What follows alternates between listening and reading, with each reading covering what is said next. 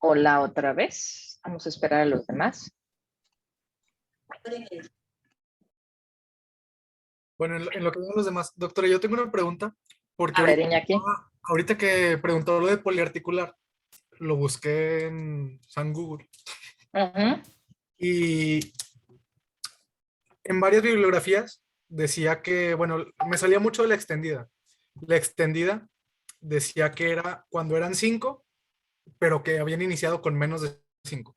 Exactamente lo que yo dije. ¿Te Sí, acuerdas que te dije que para acabarla de complicar, se llama el término oligoarticular extendida sí. y ya se convierte en poliarticular porque ya son más de 4 articulaciones. Ah, Pero entonces, inició siendo oligoarticular. ok. ¿Ok? La pregunta era, ¿cuándo pasa a ser poliarticular? ¿Cuándo pasa a ser poliarticular? Desde un inicio en que tú Cuando ya son 5.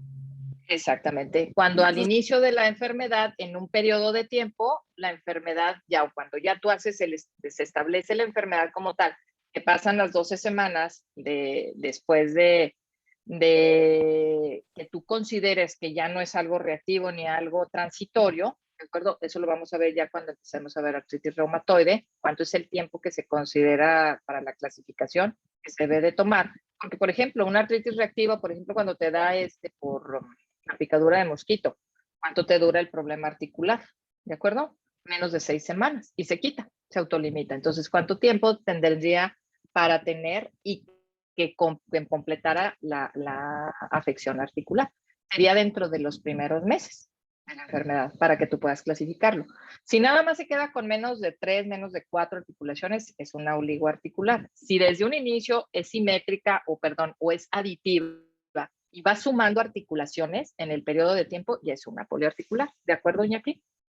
Okay. Eso lo vamos a ir viendo poco a poco, no te preocupes. Sí está un poquito complicado al inicio.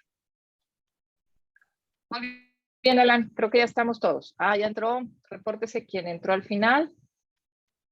¿Quién fue? Soy yo, doctora. Néstor. Estaba teniendo problemas con mi internet.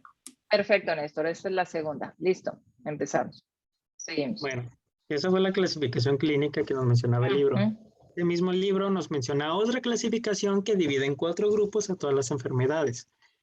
El primer grupo es aquel donde se incluyen las enfermedades autoinmunes, tales como el lupus eritematoso sistémico o bien una esclerodermia, y las enfermedades inflamatorias del tejido conjuntivo.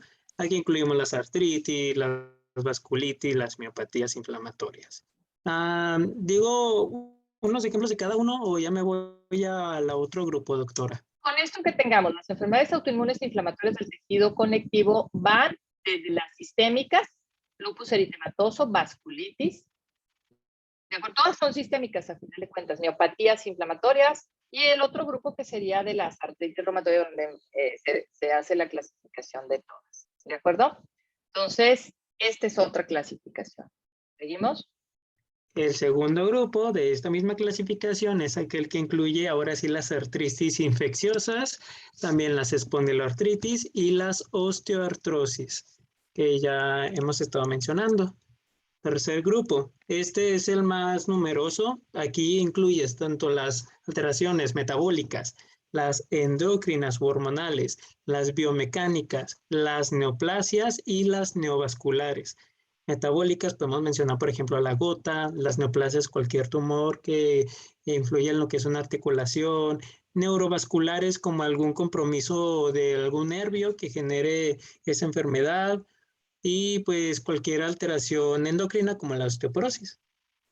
Y el cuarto grupo, que es donde aquí existen más que las misceláneas, las yuxtaarticulares, es decir, las enfermedades no articulares, y las que es yuxtaarticular o bien extraarticular, ¿sí? Este es el cuarto grupo y donde están las enfermedades más raras.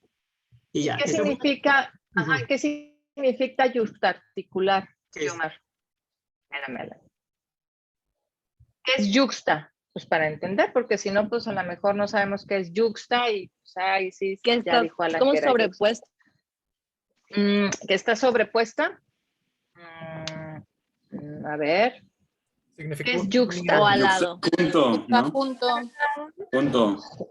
No está dentro, sino está cerca a la articulación. ¿Ok? Al espacio se denomina al espacio articular como tal. ¿Vale? Eso se llama yuxtaarticular. Muy bien. Seguimos. Gracias. Ok, entonces esa fue la clasificación del mismo libro.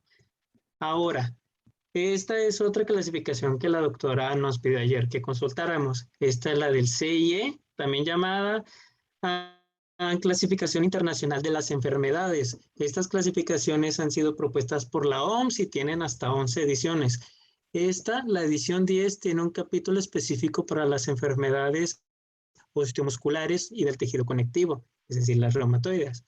Aquí también vamos a dividirlo en varias categorías. Tenemos la categoría de artropatías, la de los trastornos específicos sistémicos del tejido conectivo, como las vasculopatías, lupus, esclerosis, dorsopatías, es decir, patologías de la columna vertebral, trastornos de los tejidos blandos, osteopatías y condropatías y otros trastornos también reumatoides. Es lo mismo, simplemente es categorizar cada enfermedad en un cierto grupo con el fin de tener, o bueno, esto se hizo con el fin de una descripción clínica y diagnóstica donde tú puedas encontrar una enfermedad en específico. Lo Donde mismo tú ocurre, los puedas agrupar, ¿verdad, Alan? así es. Lo mismo ocurre con la 11ª edición, que esta es la más actualizada del 2019. Aquí, en vez del 13, es el capítulo 15, donde están los mismos grupos: artropatías, afecciones a la columna vertebral o dorsopatías, trastornos de los tejidos blandos, osteopatías y otros más grupos que agregaron, pero que no es más que simplemente agrupar una enfermedad que puede llegar a ser rara en una categoría donde tú la puedas encontrar y describir. Y pues ese es el fin de estas clasificaciones de la OMS, no es más que lo mismo. Y esta otra clasificación, que es del manual del libro que nos pasó la doctora, de Manual SER, de las enfermedades reumáticas, que lo divide en lo mismo, en 13 categorías. Aquí es temas: artritis reumatoides 1, idiopática, espondiloartritis, enfermedades del tejido conectivo, vasculitis, sistémicas, artropatías microcristalinas, artrosis, enfermedades óseas, neoplasias, enfermedades reumáticas, trastornos extraarticulares, etcétera, y cada una con sus respectivas enfermedades. Así que, doctora, no sé con cuál quiere que nos quedemos nosotros. La verdad es que no sé cuál Es un decirles. conjunto, porque realmente todas, a final de cuentas, te sirven para cuando tengas una manifestación musculoesquelética, poder pensar en dónde las vas a agrupar. ¿Ok? A final de cuentas. Si tienes una enfermedad poliarticular, pero que además tiene manifestaciones sistémicas, fiebre, pérdida de peso, elevación de reactantes de fase aguda, tienes lesiones cutáneas, ok, alteraciones renales, hemorragia pulmonar, caray, pues te vas a estas, a las enfermedades del tejido conectivo, porque puede ser un lupus o puede ser una vasculitis. Para eso te sirve, ¿ok? A final de cuentas. ¿Sí? Esto todo es una mezcla, es una combinación y todas nos sirven. Pero el código CIE-10, que yo digo que está bien raro, la verdad, el código CIE-10. Pero final de cuentas, pues es los terminología que cuando nosotros querramos registrar las enfermedades y queremos hacer la epidemiología o ver el registro nacional de enfermedades, a final de cuentas, pues lo que nos va a salir nada más es el código CIE-10. ¿Ok? Muy bien. Sí, doctora. Seguimos. Entonces, podemos tomar todas, tomando en cuenta de categorizar los grupos a los cuales está afectado. ¿De acuerdo? Todas nos sirven. Creo que hay dos dudas. Dos personas levantaron la mano. A ver, ¿quién levantó la mano? Vamos a ver, permíteme. No veo manitas levantadas, ¿o sí? No veo reacciones. Bueno, a mí me sale que una es de Patti y la otra es de Carlos Mijares. A ver, hablan de viva voz, es que no las vemos aquí, las reacciones no las veo. ¿Sí? ¿Levantaron la mano, Pati? Sí, doctora, yo tengo una duda. A ver. Mi duda es dónde, porque bueno, en todas las clasificaciones pues hay varias, Están hasta arriba. Hay varias patologías que pues vimos, por ejemplo, en la materia de traumatología. Entonces, ¿dónde está el punto de inflexión o dónde radica el punto de partida donde las trata un reumatólogo y las trata un traumatólogo? ¿O cómo se derivan uno con otro? ¿O cómo? Okay. Tenemos una estrecha relación, Pati. ¿de acuerdo? Una estrecha relación porque, por ejemplo, hay patologías en las cuales el traumatólogo puede ver inicialmente. Eso lo vamos a ir ya viendo y desglosando. Qué buena pregunta, porque ¿cuándo va a ser derivado al traumatólogo? ¿Cuándo vas a derivarlo al traumatólogo? Obviamente tú como médico general. Ok. Generalmente los tejidos, cuando tú tienes duda de que si tienes una bursitis unilateral o tienes una lesión del ligamento o de tendón y sabes tú el mecanismo por el cual se desarrolló, pues ese paciente tiene una afección yuxtaarticular, ¿de acuerdo? Y es una enfermedad de tejidos blandos. Vamos a decir, a lo mejor es un lanzador, se va los fines de semana a jugar béisbol, aunque tenga 45 años, el paciente no tiene ninguna otra enfermedad y sabes que es una patología yuxtaarticular, pero de origen mecánico. Pero llega contigo porque le duele el hombro. Ok, no tiene ninguna manifestación sistémica, entonces es una patología de tejidos blandos. ¿De quién es? ¿Del trauma o del reuma? No tiene afección sistémica. Del trauma, ¿no? Del trauma. ¿Ah? Ahí sí, de acuerdo. Vamos a lo siguiente. Es un paciente masculino de 60 años de edad que viene igual con una bursitis, pero es bilateral. ¿De acuerdo? Una bursitis de la bursa subacromial-deltoidea. Tiene pérdida de peso, tiene diaforesis, tiene leucocitosis, tiene alteraciones en el sedimento urinario. Y tú le encuentras además inflamación y dolor en las rodillas. Y tiene dolor también en lo que es la arteria de la temporal. Ay, caray, pues eso ya suena como una vasculitis sistémica. ¿De quién es? ¿Del trauma? No, ni idea, hija. ¿Ok? ¿De quién es? Es para eso que nos sirve. Entonces, cada una, cuando vamos viendo cada especialidad, cada patología, vamos a ir viendo hacia dónde se va a derivar. Dolores lumbares. Pues, tú tienes que hacer la semiología. Ok, ¿es un dolor inflamatorio o es un dolor mecánico? El mecánico, si tiene discopatías o espondiloartrosis, es más del traumatólogo. Porque finalmente a lo mejor él va a tener una corrección quirúrgica. ¿Los reumatólogos operamos? No. Hacemos diagnóstico y manejamos, ¿ok? Todo lo que tú pienses que va a tener una corrección quirúrgica, ¿de quién es? Del trauma, ¿de acuerdo? Todo lo que tú consideres que debe de llevar un seguimiento continuo y que se tiene que abordar mucho más, ¿de quién es? ¿De interna o del traumatólogo? ¿Correcto? ¿Quedó contestada, Pati? Sí, doctora, gracias.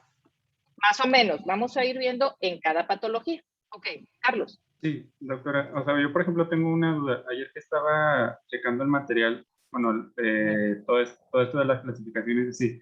El Píndaro, por ejemplo, mencionaba que hay muchas enfermedades que se pueden como reclasificar y que se puede, o sea, como se va descubriendo más, o sea, el mecanismo y todo eso, y pues cambia, o sea, el tipo, o hasta se puede reclasificar la enfermedad.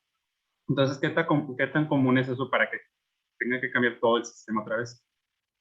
Fíjate que esa es una pregunta muy interesante, Carlos. Por ejemplo, lo que eran las vasculitis sistémicas se agruparon, ¿ok? ¿Por qué? Porque se dividieron de acuerdo al tamaño del vaso. Por ejemplo, se clasificaron todas las vasculitis anteriormente, eran unas vasculitis, punto, sistémicas, no había una subclasificación. Y ahorita están agrupadas. Se ha optado por quitar los epónimos. En algunas no se ha podido. Y en otras, por ejemplo, la nuevo consenso es que uses localización e histopatología para que seas más directo. Y mecanismos. Por ejemplo, vasculitis sistémicas asociadas a ANCA. Ya te vas rápido. Vasculitis sistémicas asociadas a ANCA, ¿cuáles son? Ok, el antes llamado Wegener es la poliangitis con granulomatosis, que es el Schur-Strauss, que es la vasculitis tosinofílica, y la poliangitis microscópica. Ya, lo vas rápido. ¿Ok? Esa es la nueva subclasificación, es a lo que se refiere. Hay enfermedades, por ejemplo, y esas son de mediano vaso. Hay otras que son de gran vaso, que no se les puede clasificar, como la arteritis de Takayasu. No se le halló cómo clasificarla, ¿de acuerdo? Y se quedó igual, ¿ok? Ahora, otra de las categorías es una de las que se piensa, y yo creo que a lo mejor a ustedes les va a tocar en 20 años el nuevo término de artritis reumatoide. El término de artritis reumatoide, ustedes piensan en artritis reumatoide y nada más piensan en las articulaciones deformes y una silla de ruedas y se acabó el paciente, ¿cierto? No, y es una enfermedad sistémica, ¿ok? Es un síndrome. ¿Por qué? Porque obviamente incluye muchos aparatos y sistemas. ¿sí? Pero con la expresión en la cual el órgano afectado, el órgano diana, es el tejido sinovial, ¿vale? Pero tiene otras manifestaciones. Y eso es lo que se trata de hacer una recapitulización o un consenso de nomenclaturas. Eso es lo que te trata de decir algo. Con eso, el del cambio, por ejemplo, lo que se dio muy importante, por ejemplo, de las vasculitis. La púrpura de Genosh. ¿Quién vio púrpura de Genosh, Sean Lane? En pediatría. No la vieron, ¿verdad? Ok. Ya no se llama púrpura de Genosh, Sean Lane. Se llama vasculitis por inmunocomplejos de vasos pequeños. ¿Ok? Ah, caray. Entonces, eso es a lo que se refiere el libro del doctor Píndaro. La eliminación de términos anteriores, que son los epónimos, y con justificación de órgano afectado, histopatología y mecanismo de daño. Ok, perfecto. Muchas gracias. De nada. ¿Todos entendimos, muchachos? Sí. Ok, seguimos. Entonces, a final de cuentas es para agilizar la vida y tener, pues, más informes homogéneos. Muy bien. ¿Seguimos, Alan? Bueno, ya eso fue de cuanto a clasificación. Ahora hablando de la epidemiología, así en general, vemos que va a existir alrededor de 15% de toda la población mundial quienes van a tener algunos síntomas musculoesqueléticos por más de 7 días que pueden estar asociados a alguna enfermedad reumatológica. Y entre todo este 15%, la mayoría van a ser mujeres, ya sea en un porcentaje no tan significativo, pero igual, siempre va a ser más frecuente. Y entre todas las enfermedades reumáticas, vuelvo a mencionar, la osteoartritis es la patología reumática más frecuente que vamos a hallar. Esto debido a que, pues ya sabemos que la tasa de vida va aumentando, por ende las personas de mayores de 60 años van a ser las que van a ir aumentando en porcentaje y la mayoría, hasta un 12% de toda esta población mayor va a tener osteoartritis. Bueno, esta es la enfermedad más frecuente. La segunda va a ser la artritis reumatoide, teniendo una prevalencia mundial de hasta un 1%. Si lo viéramos en una frecuencia anual, de 10,000 personas adultas, 3 van a tener lo que es esta enfermedad. En México ha existido una prevalencia cercana al 1.6%, no variando tanto este porcentaje en cuanto a los años. Después vamos a tener... La pregunta es, por ejemplo, ¿qué es incidencia y qué es prevalencia? Porque una cosa es la prevalencia y la otra la incidencia. ¿De acuerdo? Ok. ¿Qué diferencia hay? A ver, Cruz, Vázquez Cruz. Aquí te tengo. ¿Qué diferencia? ¿Qué diferencia? La incidencia es el número de casos nuevos y la prevalencia pues son los casos alrededor de un lapso de tiempo, o sea, pues sí, todos los casos que se han presentado. Ok, todos los casos nuevos y acumulados en una población. Ok. Entonces, pero tú tienes que saber la incidencia, a final de cuentas. ¿Por qué? Porque eso, a final de cuentas, los que se vayan a dedicar a una área administrativa, tienes que prever cada año cuántos nuevos casos, y por ejemplo, si tú tienes una población con un cierto tratamiento, tienes que saber cuántos nuevos casos se te van a presentar para pedir a lo mejor más tratamiento para poder abarcar a esos pacientes. ¿Es correcto? ¿Sí? Una cosa es incidencia y otra cosa es prevalencia. Muy bien. Hay poblaciones, ¿verdad, Alan?, en las cuales la incidencia es altísima. ¿De acuerdo? Hay comunidades en las cuales es altísima. No es lo mismo, por ejemplo, en comunidades al norte, indígenas, como en el estudio que vamos a ver, y comunidades al sur. Hay un aumento de incidencia de enfermedades reumáticas, sobre todo artritis reumatoide, en lo que es la ruta maya. No nada más de medicina sabe el hombre y el médico. ¿Qué es la ruta maya? Carlita Castellanos, a ver, tengo que es la ruta maya.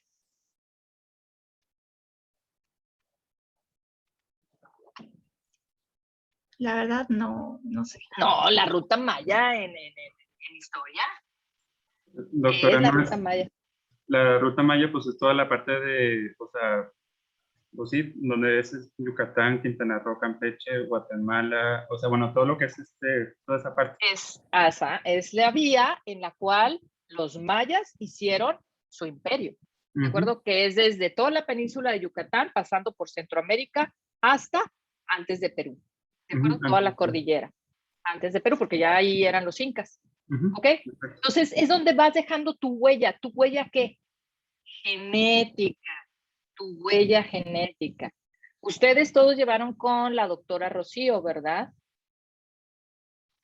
Rocío González, en micro. ¿En micro? Algunos, no todos. Ok. ¿Quiénes llevaron con la doctora Rocío González? Publicó un trabajo muy bonito de los HLA, ¿ok? Y el mestizaje. ¿Cómo es el mestizaje y cuál es la prevalencia de los HLA? Tiene mucho que ver los HLA, ¿de acuerdo? En el desarrollo de enfermedades autoinmunes. Porque no vamos a tener, por ejemplo, en los nórdicos, por ejemplo, los alemanes, en Alemania norte, allá decir espondilitis anquilosante es decir aquí como obesidad, muchachos. Bueno, haga la prevalencia, ¿de acuerdo? Y la incidencia. Allá la espondilitis anquilosante es muy alta, la incidencia, ¿por qué? Por el gen de HLA. ¿De hecho? Y por ejemplo, los grupos que aquí tienen un nivel, o sea, una incidencia muy alta de espondilitis anquilosante es donde hay comunidades alemanas. ¿Dónde hay comunidades alemanas? Menonitas. Menonitas. ¿Y dónde más? Hay una aldea también que está por ahí por los Altos de Jalisco. ¿Sí saben cómo son los Altos de Jalisco? Bueno, es una comunidad que se llama los Altos de Jalisco. Hay mucha psoriasis y espondilitis también. ¿Por qué? Porque también es comunidad alemana y nórdica. Pues también de eso tenemos que saber, muchachos. Imagínate que llegue un paciente que viene del Medio Oriente. Va a tener la misma patología. Igual es la primera generación, el mestizaje. A lo mejor es hijo de padres libaneses. Yo también tengo miedo a veces. Yo soy primera generación. Yo soy con mestizaje. Mi papá sí es puro, pues, como dicen en las películas. Ok, hijo de padres libaneses. Entonces, yo también tengo que ver, tengo poblaciones y obviamente empiezan a tener, por ejemplo, la fiebre mediterránea familiar. ¿Ok? La enfermedad de Behçet.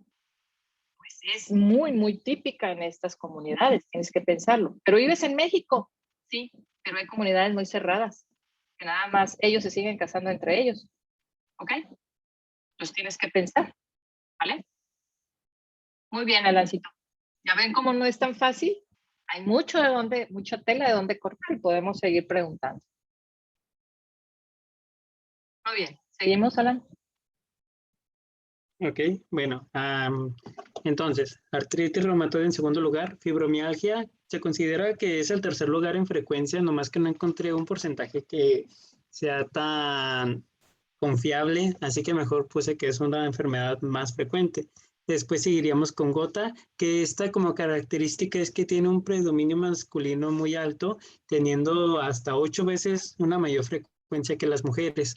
Aparte que también mencionaban que los factores asociados a este es la hipertensión y la obesidad.